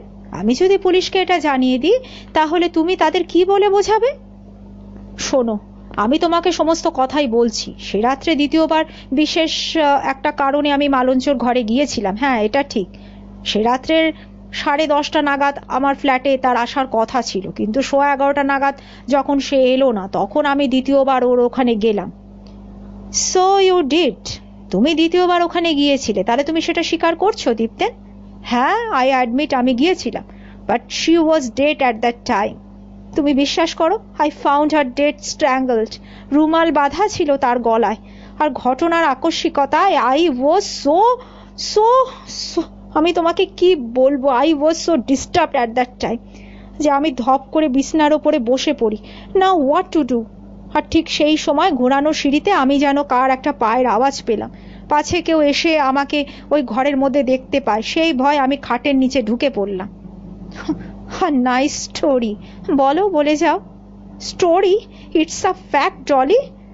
তুমি ঘরে এলে, মালঞ্চকে মৃত দেখে তুমি অর্ধস্ফুট গলায় চেঁচিয়ে উঠলে, তারপর বের হয়ে গেলে ঘর থেকে। যে পথে এসেছিলে সেই পথেই গেলে, আমিও সেই পথে তোমার পিছু পিছু বের হয়ে আসি। তারপর সেখান থেকে একটা ট্যাক্সি ধরে রাত 12টার 2-4 মিনিট আগে আমি ক্লাবে পৌঁছালাম। তুমি তখন সেখানে বসে ড্রিঙ্ক করছিলে। তুমি বিশ্বাস করো ডলি, তোমাকে আমি যেটা বললাম তার এক বর্ণ মিথ্যা নয়। কি হলো, তুমি উঠছো কেন? ডলি, তুমি কি সত্যি আমাকে বিশ্বাস করছো না? ডলি, শোনো ডলি। টেপটা বাজিয়ে শুনছিলেন মিস্টার চট্টরাজ, কিরিটি ও সুশীল চক্রবর্তী, লালবাজারে মিস্টার চট্টরাজের অফিস কামরায়। কিরিটি বলল, শুনলেন তো মিস্টার চট্টরাজ, এ থেকে অন্তত দুটো ব্যাপার কিন্তু প্রুভড হচ্ছে। প্রথমত, 11:15 থেকে 11:30 মধ্যে কোনো এক সময় মালঞ্চ দেবীকে গলায় ফাঁস দিয়ে হত্যা করা হয়। আর দ্বিতীয়ত, সে রাত্রে 10:30 থেকে 11:30 বা 11:45 পর্যন্ত দীপ্তেন ভৌমিকের মুভমেন্ট বেশ সাসপিশিয়াস। ওই সময়টা ওকে ঘিরে বেশ একটা সন্দেহের কুয়াশা কিন্তু ক্রমে জমাট বাঁধছে। আচ্ছা, আপনি কি মনে করেন মিস্টার রায় ওই দীপ্তেন ভৌমিক ডলি দত্তের কাছে মিথ্যা কথা বলছে? চট্টরাজের প্রশ্ন। না, শুধু সে কেন, আমি বিশ্বাস করি ডলি দত্ত মিথ্যা বলে থাকতে পারে। যাকে সে কথা আমার যাই মনে হোক না কেন, আমি অন্ধকারের মধ্যে একটা আলোর ইশারা একটু হলেও দেখতে পাচ্ছি। কিরকম? দেখা যাচ্ছে সে রাত্রে অকুস্থলে প্রথমে সুরজিৎ ঘোষালের আবির্ভাব এবং নাটকীয়ভাবে প্রস্থান। তার আগে দীপ্তেন ভৌমিকের প্রথম আবির্ভাব এবং পরে রাত্রি 11:15 থেকে 11:30 মধ্যে দ্বিতীয়বার তার আবির্ভাব ঘটেছিল। আর সেই সময় আবির্ভাব ঘটেছিল আরও একজনের, সেটা আমরা শুনেছি একটু আগে টেপ থেকে, শ্রীমতী ডলি দত্ত। এবং বিশেষভাবে উল্লেখ্য যে দ্বিতীয়বার দীপ্তেন ভৌমিক ও ডলি দত্তের আবির্ভাব ঘোরানো সিঁড়ি পথে। এখন আমাদের যেটা দেখতে হবে যে সে রাত্রে ঘোরানো সিঁড়ি পথে ওই 3 জন ছাড়া আর কারো আবির্ভাব ঘটেছিল কিনা। এবং আমার অনুমান, যদি মিথ্যা না হয় তো জানবেন যে that is the person we are searching for. তাকে আমরা কিন্তু খুঁজছি। মালঞ্চ হত্যা রহস্যে সেই হচ্ছে মেঘনাথ। সুশীল চক্রবর্তী কিরিটিকে একটা প্রশ্ন করলেন। আচ্ছা দাদা, তাহলে ওই 3 জন ছাড়া সে রাত্রে ওই ঘরে আর কে যেতে পারে, মানে আপনার কি মনে হয়? কিরিটি সুশীল চক্রবর্তীর মুখের দিকে তাকিয়ে বলল, আচ্ছা সুশীল, তোমার কি মনে হয় হু এলস? সুরজিৎ ঘোষাল? হ্যাঁ, তিনিও যেতে পারেন, তবে সেজন্য দেখো সুশীল, তিনি যে নিজের রুমালটা ব্যবহার করবেন সেটা কি বিশ্বাসযোগ্য? কেন তিনি সেটা করতে যাবেন? তিনি কি ফুল, যেটা অন্যতম এক্সিবিট হিসাবে আদালতে পেশ করা হবে? আচ্ছা দাদা, তবে কি ওই ডক্টর সমীর রায়? সুশীল চক্রবর্তীর কথা শেষ হলো না, তাকে এক প্রকার বাধা দিয়ে কিরিটি বলে উঠল, হি ইজ আ ডক্টর। মানুষকে হত্যা করার অনেক উপায় ওর জানা আছে, সুতরাং একজনকে ওইভাবে গলায় ফাঁস দিয়ে আমার মনে হয় না সে মারবে, তবে বলাও কিছু যায় না। আচ্ছা, তবে কি ডলি দত্ত? হ্যাঁ, হতে পারে। She had a strong motive also. তার দিক থেকে মোটিভ ও প্রভোকেশন দুটোই ছিল। তারপর হঠাৎ উঠে দাঁড়ালো কিরিটি, বলল, আচ্ছা মিস্টার চট্টরাজ, আমি চলি। আর সুশীল, শোনো, তুমি যেরকম এগোচ্ছিলে সেরকমই এগো। ব্যাপারটা আদৌ খুব একটা জটিল কিছু নয়, মনে হচ্ছে কিছু ইশারা দেখা যাচ্ছে। বলে কিরিটি ঘর থেকে বের হয়ে গেল। আদালতে কারোই জামিন হয়নি। তদন্ত সাপেক্ষে সুরজিৎ ঘোষাল ও মানদাকে জেল হাজতে রাখার নির্দেশ দিয়েছে আদালত, এবং পরবর্তী শুনানির তারিখ পড়েছে আবার 10 দিন পরে। সোমনাথ ভাদুড়ির চেম্বারে বসে কিরিটির সঙ্গে সোমনাথ ভাদুড়ির আলোচনা হচ্ছিল। সোমনাথ বললেন, আচ্ছা রায়মশাই, আমি একটা কথা তো বুঝতে পারছি না যে দীপ্তেন ভৌমিক আর ডলি দত্তকে আপনি সুশীল চক্রবর্তীকে গ্রেপ্তার করার কেন পরামর্শ দিচ্ছেন না? দেখুন ভাদুড়ি মশাই, প্রথমত ওদের গ্রেপ্তার করলে উপযুক্ত প্রমাণ আর তথ্যাদির অভাবে ওদের আপনি আদালতের কাঠগড়ায় কিন্তু দাঁড় করাতে পারবেন না। হ্যাঁ, কিন্তু টেপটা?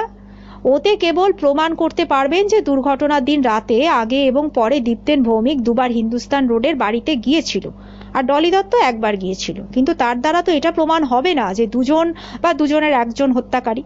ওদের আদালতের কাঠগড়ায় দাঁড় করাতে হবে চোরা কারবারি বলে চিহ্নিত করে, এবং তারপর ওই চোরা কারবারকে কেন্দ্র করে হত্যার ব্যাপারে আপনি আসতে পারবেন বটে, কিন্তু তখনও ওই একই কথা থেকে যায়, প্রমাণ কোথায়? আমার কিন্তু ওদের দুটোকে সন্দেহ হয় রায় মশাই। হত্যা রহস্যের সঙ্গে ওরাও কিন্তু লিপ্ত। হ্যাঁ, সেটা হতে পারে, একমাত্র যদি প্রমাণ করা যায় যে ওই চোরা কারবারকে কেন্দ্র করে ওই নিষ্ঠুর হত্যাকাণ্ডটা ঘটেছে। আচ্ছা, সেটা কি আদালতে প্রমাণ করা যাবে না? সবটাই আপনার জেরার ওপর নির্ভর করছে ভাদুড়ি মশাই, কিন্তু একটা কথা তো আমাদের ভুললে চলবে না। দীপ্তেন ভৌমিক, ডক্টর সমীর রায় এবং ডলি দত্ত কাউকে এখনো আমরা চোরা কারবারি বলে কিন্তু প্রমাণ করার কোন উপযুক্ত তথ্যাদি এখনো পর্যন্ত পাইনি। আচ্ছা রায়মশাই, আপনি সুশান্ত মল্লিককে একবারে বাদ দিচ্ছেন কেন?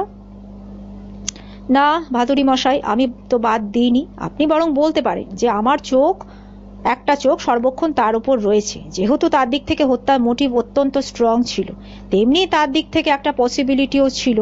সর্বশেষে ওর একটা স্ট্রং অ্যালিবি রয়েছে যে হত্যার 2 দিন আগে ভদ্রলোক হিন্দুস্তান রোডের বাড়িতে ছিলেন না। পুনরায় আবির্ভাব হলো তার হত্যার পরদিন সকালে, রীতিমতো একটা বেশ নাটকীয় ভাবে। আচ্ছা, লোকটা এখন হিন্দুস্তান রোডের বাড়িতেই বোধহয় রয়েছে, তাই না রায়মশাই? মৃদু হেসে কিরিটি বলল, যাবেই বা কোথায়? কোনো আস্তানা নেই, চাল নেই, চুলো নেই, সংস্থান নেই, কোনো ভবিষ্যৎ নেই, কমপ্লিটলি রিক্ট। 15 অধ্যায় 15। সোমনাথ ভাদুড়ির ওখান থেকে ফিরতে বেশ রাত হয়ে গেল কিরিটি। প্রায় 11:15 ঘরে ঢুকতেই থমকে পড়ল কিরিটি। একটা চেয়ারে বসে ডক্টর সমীর রায়। কি ব্যাপার ডক্টর রয়, কতক্ষণ? তা প্রায় ঘন্টা দেড়েক তো হবেই। কিন্তু বাড়ির সামনে তো আপনার গাড়ি দেখলাম না। না, আমি গাড়ি নিয়ে আসিনি, আমি ট্যাক্সিতে এসেছি, ম্লান কণ্ঠে বললেন ডক্টর রায়। আসলে কিরিটি বাবু, আমি আপনার সঙ্গে একটু বিশেষ কারণে দেখা করতে এসেছি। হ্যাঁ বলুন। আমি যেটা পুলিশের কাছে বলতে পারিনি সেটা আমি আপনার কাছে বলতে চাই। হ্যাঁ বেশ, তো বলুন না। আমার দ্বারা যদি আপনার কোনো উপকার হয় বা সাহায্য হয় আমি নিশ্চয়ই করব। মিস্টার রায়, দেখুন, আপনি নিশ্চয়ই বুঝবেন যে মালঞ্চুর হত্যা মামলার সঙ্গে আজ যদি আমার নামটা জড়িয়ে পড়ে তাহলে আমার পক্ষে শহরে বাস করা কিন্তু সম্ভব হবে না। তারপর একটু থেমে আবার বলতে শুরু করলেন, আজ সকালে আমার বাড়ি ইনকাম ট্যাক্সের লোকেরা রেড করেছে, এবং সেটা যে পুলিশের নির্দেশে সেটা আমি বুঝতে পেরেছি। সেজন্য অবশ্য আমি ডরাই না। ইনকাম করে ট্যাক্স হয়তো পুরোপুরি আমি দিইনি, সেটা ঠিক, তার জন্য হয়তো পানিশমেন্ট হবে, তা হোক, কিন্তু ওই স্ক্যান্ডালের সঙ্গে আমার নাম জড়ালে my future will be doomed. তাই আমি ভেবে দেখলাম যে আপনাকে সমস্ত কথা খুলে বলাটাই কিন্তু ভালো। হ্যাঁ, সেটাই তো চাই, আপনি বলুন। দেখুন মিস্টার রায়, মালঞ্চর সঙ্গে পেশেন্ট আর কি বলবো, ডাক্তারের সম্পর্ক ছাড়াও আমার অন্য সম্পর্ক ছিল, কিন্তু আপনি বিশ্বাস করুন সেই সম্পর্কটা কোনো ভালোবাসা প্রেমের সম্পর্ক নয়। She had a tremendous sex, প্রচন্ড একটা যৌন আবেদন ছিল মালঞ্চর। আর আমি যেটা বলছি, আই ওয়াজ ট্র্যাপড। তো প্রায় রাত 12টার পর আমি লুকিয়ে লুকিয়ে হিন্দুস্তান রোডে ওর বাড়িতে যেতাম, তারপর পিছনের লোহার ঘোরানো সিঁড়ি দিয়ে দোতলায় উঠে যেতাম। তো বুঝতে পারতাম যে কি জঘন্য নেশায় আমি জড়িয়ে পড়েছি, but I couldn't get out of it. হত্যার রাত্রে ক্লাব থেকে বের হয়ে সোজা আমি হিন্দুস্তান রোডে মালঞ্চর বাড়িতে যাই। আচ্ছা, তো রাত তখন কটা হবে ডক্টর রায়? দেখুন মিস্টার রায়, আমার ঠিক মনে নেই, তবে রাউন্ড অ্যাবাউট 12:30 পৌনে 1টা তো হবেই। যে পথে আমি রোজ যাই সে পথে আমি ওপরে গেলাম। তা আপনি বাথরুমের দরজা নিশ্চয়ই খোলাই পেয়েছিলেন? হ্যাঁ। আচ্ছা, বলে যান তারপর। বাথরুমটা অন্ধকার ছিল, তো চেনা পথ, ঘরে পা দিয়ে আমি দেখি ঘরটাও অন্ধকার। হ্যাঁ, কিন্তু পরদিন সকালে দরজা ভেঙে সুশীল চক্রবর্তী কিন্তু ঘরে আলোটা জ্বলতে দেখেছিলেন। আসলে আমি ঘরের আলোটা জ্বালাই, তো জ্বালাতেই দেখলাম যে মালঞ্চ চেয়ারে বসে আছে আর তার গলায় ফাঁস। তো বুঝতে আমার কষ্ট হয়নি যে শি ওয়াজ ডেড। বুঝতেই পারছেন তখন আমার কি মনের অবস্থা। কিভাবে যে ঘর থেকে বের হয়ে আমি বাথরুমে ঢুকেছি আমি সেটা জানি না। তারপর সিঁড়ি দিয়ে নেমে ছুটতে ছুটতে এসে গাড়িতে স্টার্ট দিতে গিয়ে দেখি সদরে একজন দাঁড়িয়ে রয়েছে। তাই নাকি? কে সে? আমি জানি না মিস্টার রায়, আমি ভালো করে তাকাইও নি, তবে সে আমায় ছুটে গাড়িতে গিয়ে উঠতে দেখেছিল, সেটা অবশ্য ঠিক। আচ্ছা, দরজার কাছে যে দাঁড়িয়েছিল সে পুরুষ না নারী? সে পুরুষ। মনে হলো কিরিটি যেন একটু অন্যমনস্ক হয়ে কিছু একটা ভাবছে। রাত 12:15টার সময় বাথরুমের দরজাটা তাহলে খোলা ছিল, পরে সামওয়ান সেটা বন্ধ করে দেয়। আশ্চর্য তো, কথাটা আমার মাথায় আসেনি কেন? কিরিটি কথাগুলো যেন আত্মগতভাবে বলল। কিছু বলছেন কিরিটি বাবু? হ্যাঁ, আসলে আমি একটা চাবির কথা ভাবছি। চাবি? হ্যাঁ, মালঞ্চ শয়নকক্ষে ইয়ের লকে ডুপ্লিকেট চাবির একটা সম্ভাবনা রয়েছে ডক্টর রয়। সেটা ছিল সুরজিৎ ঘোষালের কাছে। হ্যাঁ, তার কাছেই তো থাকতো। আচ্ছা ঠিক আছে ডক্টর রয়, আপনি এখন বাড়ি যান। পরের দিন কিরিটি চট্টরাজকে সঙ্গে নিয়ে হাজতে গেল সুরজিৎ ঘোষালের সঙ্গে দেখা করতে। দেখা গেল সুরজিৎ ঘোষাল একটা খাটিয়ার ওপরে বসে আছেন। প্রচন্ড গরম ঘরটার মধ্যে উনি ঘামছিলেন। এই কদিনে তার চেহারা যেন অনেক পরিবর্তন হয়ে গিয়েছে। মিস্টার ঘোষাল, কিরিটি ডাকে সুরজিৎ ঘোষাল বিষণ্ণ দৃষ্টি তুলে তাকালেন। আচ্ছা, হিন্দুস্তান রোডের বাড়ির সদর দরজা এবং মালঞ্চর ঘরে ইয়ের লকে ডুপ্লিকেট চাবি দুটো কি আপনার কাছে থাকতো? হ্যাঁ মিস্টার রায়, ওই চাবির রিংয়ে দুটো চাবি ছিল। সে দুটো ঘটনার দিন 7 আগে আমার হারিয়ে গিয়েছিল। কি করে হারালো সেটা আমি জানি না। আমার মনে হয় আমি যখন তখন যাতে সারপ্রাইজ ভিজিট না করতে পারি সেই জন্যে মালঞ্চই বোধহয় রিংটা সরিয়েছিল। তাই নাকি? তো আপনি সারপ্রাইজ ভিজিট দিতেন?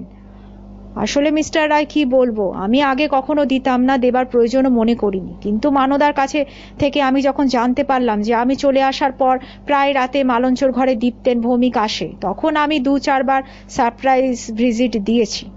তা আপনি কোনোদিন দীপ্তেন ভৌমিককে মালঞ্চর ঘরে পেয়েছিলেন? না, আমি যে 2 রাতে সারপ্রাইজ ভিজিট দিয়েছি আমি টের পেয়েছি যে ঘরে লোক ছিল, কথাবার্তা হচ্ছে, আলো জ্বলতে দেখেছি। নিঃশব্দে তালা খুলে আমি ঘরে ঢুকে দেখলাম যে ঘরের সমস্ত আলো নেভানো, মালঞ্চ ঘুমাচ্ছে। কিরিটি মৃদু হেসে বলল, তো চোরের ওপরে বাটপাড়ি। আচ্ছা, আপনি কি বলতে চান তাহলে? হ্যাঁ, আপনার আসার আগে তার কাছে সংবাদ পৌঁছে যেত যে আপনি আসছেন। সঙ্গে সঙ্গে ঘরের লোক বাথরুম পথে পিছনে ঘোরানো সিঁড়ি দিয়ে সটকে পড়তো। তো আপনি তাই কোনোদিন পাখিকে খাঁচার মধ্যে দেখেননি। কি বলছেন Mr Roy? If I am not wrong Mr Ghoshal, ওই মানদায় দুপক্ষের কাছে টাকা খেয়ে দুপক্ষে দৌতগিরি করত। মানদা? মানদার কাজ? আচ্ছা মিস্টার ঘোষাল, আপনি কি ডক্টর সমীর রায়কে এই বাড়িতে প্রথম নিয়ে যান? হ্যাঁ, ডক্টর রায়ের সঙ্গে আমার অনেক দিনের পরিচয় ছিল। মাঝে মধ্যে মালঞ্চর পেটে প্রচন্ড কলিক পেন হতো, তাই আমি একবার ডক্টর রায়কে ডেকে নিয়ে এসেছিলাম। ডক্টর রায় তাকে তখন প্যাথেডিন ইঞ্জেকশন দেন। ক্রমশ সেই পেথিডিনে মালঞ্চ অ্যাডিক্টেড হয়ে গিয়েছিল। তা আপনি তাহলে পেথিডিনের ব্যাপারটা জানতেন? হ্যাঁ, আমি জানতাম, কিন্তু আমি বুঝতে পারিনি যে কি করে মালঞ্চ ওটা জোগাড় করত। শুনলে আপনি নিশ্চয় অবাক হবেন মিস্টার ঘোষাল, আমার ধারণা আপনার ওই বন্ধু ডাক্তার সমীর রায় তাকে পেথিডিন সাপ্লাই করতেন। না না মিস্টার রায়, এ আপনি কি বলছেন? অ্যাবসার্ড! আমি জানি ডক্টর রায় ওকে পেথিডিনের অভ্যেস ছাড়াবার জন্য সর্বদাই বকাঝকা করতেন। হ্যাঁ, আবার গোপনে তিনি পেথিডিন জোগাড় করে দিতেন মালঞ্চকে, কারণ ডক্টর সমীর রায় মালঞ্চকে বিশেষ প্রয়োজন ছিল। আপনি কি বলছেন? দেখুন, আমি ঠিকই বলছি, যদিও আপনি বিশ্বাস করতে পারবেন না, কিন্তু ওই পেথিডিন রহস্যের চাইতে বড় রহস্য আপনার অজ্ঞাত ওই হিন্দুস্তান রোডের বাড়িতে দানা বেঁধে উঠেছিল। বড় রহস্য? হ্যাঁ, চোরা কারবার, হ্যাসিসের চোরা কারবার। কি বলছেন আপনি কিরিটি বাবু? না না, সেটা কখনোই হতে পারে না। হ্যাঁ, ওই হিন্দুস্তান রোডের নিচের একটা ঘর সর্বদাই তালা দেওয়া থাকতো, তা আপনার কখনো সন্দেহ হয়নি? হ্যাঁ, আমার নজরে পড়েছে, কিন্তু আমার সন্দেহ কখনো হয়নি। আমি ভেবেছি যে এমনি বুঝি ঘরটাতে তালা দেওয়া থাকে। দেখুন, ওই ঘরে একটা দেয়াল আলমারির মধ্যে থাকতো চোরাই মাল, আর ওখানে এসে জমা হতো, তারপর ওখান থেকে বিভিন্ন জায়গায় পাচার হতো। মালঞ্চ ওই সমস্ত করতো? একা মেয়ে মানুষ কি ওই সমস্ত একা করতে পারে? না, ওই দলে আর কে কে আছে সেটা অবশ্য এখনো পর্যন্ত আমি জানি না, তবে আমরা দুজনের নাম জানতে পেরেছি। একজন হলেন দীপ্তেন ভৌমিক, আরেকজন শ্রীমতী ডলি দত্ত। আর বাদবাকি যারা আছে তাদের সন্ধান এখনো পাওয়া যায়নি। বাপরে! তাই ইদানিং টাকার কথা মালঞ্চ বলতো না? আমি ভাবছিলাম যে দীপ্তেন ভৌমিক বোধহয় ওকে 2 হাতে টাকা দিচ্ছে। উফ, এখন তো আমার মনে হচ্ছে আমি যদি ওকে খুন করতে পারতাম। জেল হাজত থেকে একসময় বের হয়ে কিরিটি আর চট্টরাজ চলে গেল, এবং চট্টরাজের গাড়িতেই লালবাজারে যেতে যেতে কিরিটি বলল, দেখুন মিস্টার চট্টরাজ, বর্তমান হত্যা মামলার একটা জটিল পয়েন্টের সমাধান কিন্তু আজ পাওয়া গেল। কি করে সমাধান হলো মিস্টার রায়? ওই ডুপ্লিকেট চাবি। মানে যেটা হারিয়েছেন ঘোষাল? না না, হারায়নি, তবে ওটা চুরি গেছে। চুরি গেছে মানে কে চুরি করেছে? মালঞ্চ? হ্যাঁ, এক ফাঁকে সুরজিৎ ঘোষালের পকেট থেকে মালঞ্চই ওটা সরিয়ে ফেলেছিল, কিন্তু বেচারি ভাবতেও পারেনি যে চাবিটাই শেষ পর্যন্ত তার মৃত্যুবান হবে। তাই নাকি মিস্টার রায়? হ্যাঁ মিস্টার চট্টরাজ, ওই চাবির সাহায্যে হত্যাকারী সে রাত্রে কোনো এক সময় মালঞ্চর ঘরে ঢুকে তার কাজ শেষ করে বের হয়ে এসেছিল সবার অলক্ষ্যে, যখন সম্ভবত সে পেথিডিনের নেশায় বুঁদ হয়েছিল। আপনি সত্যি বলছেন? হ্যাঁ, আমার অনুমান যদি মিথ্যা না হয় তো 11:30 থেকে 11:45 মধ্যে কোনো এক সময় ব্যাপারটা হয়েছিল। মালঞ্চ নিশ্চিত ছিল যে সুরজিৎ ঘোষালের পকেট থেকে চাবিটা হাতিয়ে নিয়ে, কিন্তু সে বুঝতে পারেনি যে তার নাগরের হাতে সে চাবিটা তুলে দিচ্ছে, সেই তার ও ঘরে ঢুকে তার গলায় ফাঁস দেবে। চলুন মিস্টার চট্টরাজ, একবার হিন্দুস্তান রোডের বাড়িটা হয়ে যাওয়া যাক। সুশান্ত মল্লিককে কয়েকটা প্রশ্ন করব। চট্টরাজকে নিয়ে কিরিটি যখন হিন্দুস্তান রোডের বাড়িতে পৌঁছালো, তখন সুশান্ত মল্লিক তার ঘরের খাটের ওপর বসে একা একা নিশ্চিন্ত মনে সিগারেট টানছিল। ওদের দুজনকে ঘরে ঢুকতে দেখে উঠে দাঁড়ালো।